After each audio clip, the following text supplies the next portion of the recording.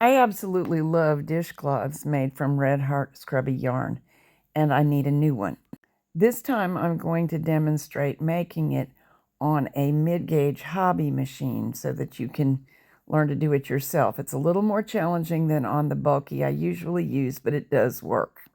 I've done a movie on making dishcloths with this yarn and another similar one before using the bulky machine, and I will link that for you in the program notes. There's also a free written pattern on my website, and there will be a link to that also. Scrubby is polyester, so it doesn't tend to get stinky and mildew as some dishcloths do. Here's the other information on the yarn. You can get several dishcloths out of one skein. The yarn does present some challenges. I decided to cross-wind a cone of it by hand for this project. My yarn supply is on the right. My cone is on the left. The ball looks a dreadful mess. It is a dreadful mess, but it was put away neatly. However, its little band had come off, and this is the kind of thing that can happen if it is not kept perfectly orderly at all times. This was put away carefully with a few other balls of yarn, but without its paper wrapper, it got up to no good, and it's a bother. When I lost that wrapper, I should have put this right in its own Ziploc bag solo so that it wouldn't bump with other things. But I think I have enough rewound to work with, so let's get started. The written pattern calls for 22 stitches, but here I'm using 24. I'm using every other needle and starting with a slip knot in a yarn that is not scrubby. This is a color that coordinates. It doesn't match, but that'll just help you to see what's going on. I am E-wrapping, and it would really make a much nicer edge if I chain stitched, as I tell you to do in the pattern. I don't care very much that it's going to look a little odd, and I decided to do this to see how well Scrubby would knit through the E-wraps on the mid-gauge machine.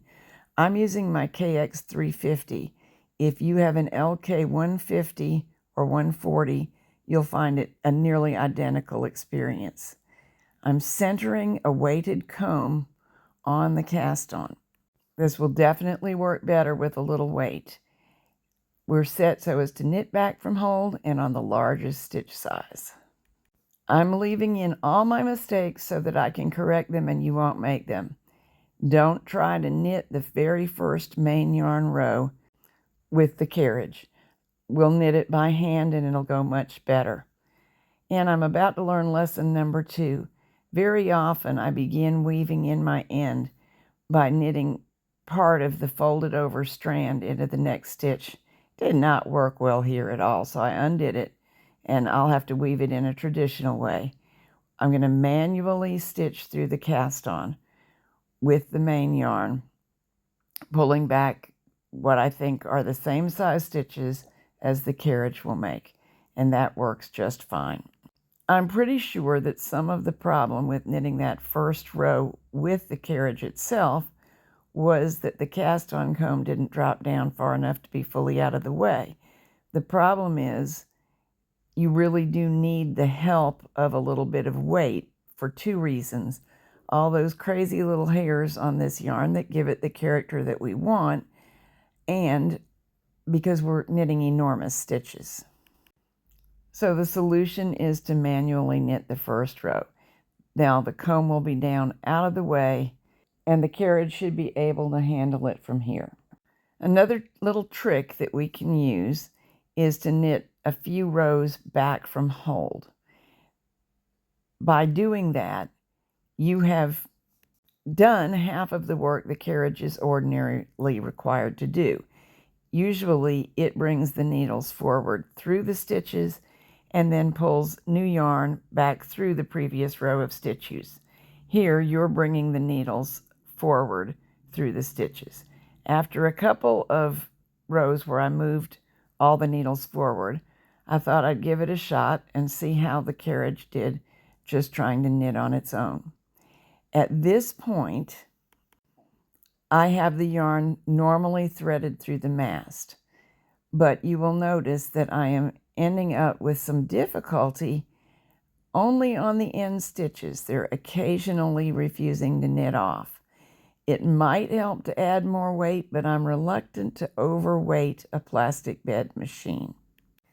So while the yarn feeds okay through the tension discs, I am periodically needing to form that final stitch by hand.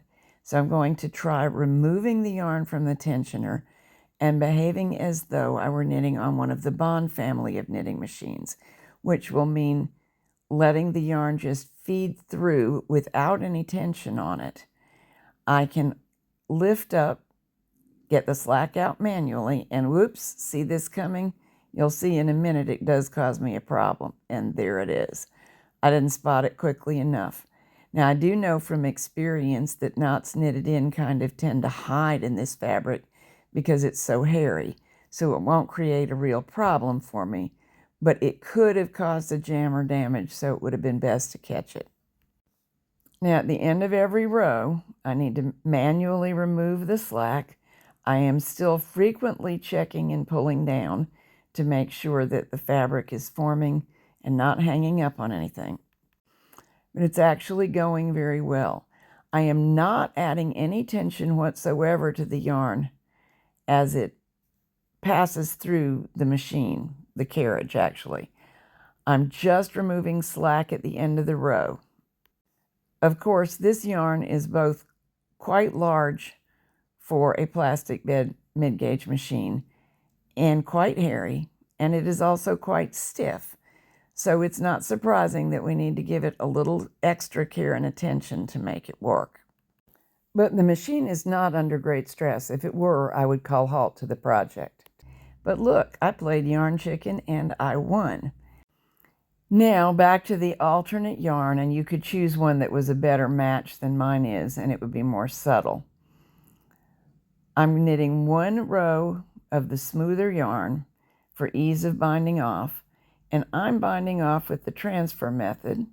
I'm trying to show you left-handed so that you can see better without my hand in the way. Lift a loop, move it over to the next needle, manually wrap, pull through a stitch manually, lift the existing stitch over to the next needle, and so on. And now I'm going back to the way that I'm faster at it, though I'm more in your way, to get this project done. Of course, you may use any bind off you like, but the transfer bind off, with or without a tool, is a good choice. Let's straighten this fabric out and see what it looks like, and also weave in all the ends. I'm using a spare needle from a bulky machine. I'm working it in and out through the stitches.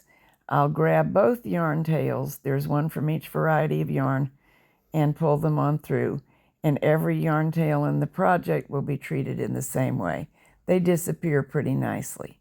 I was going for about 8 inches by 8 inches, and it looks like I did quite well.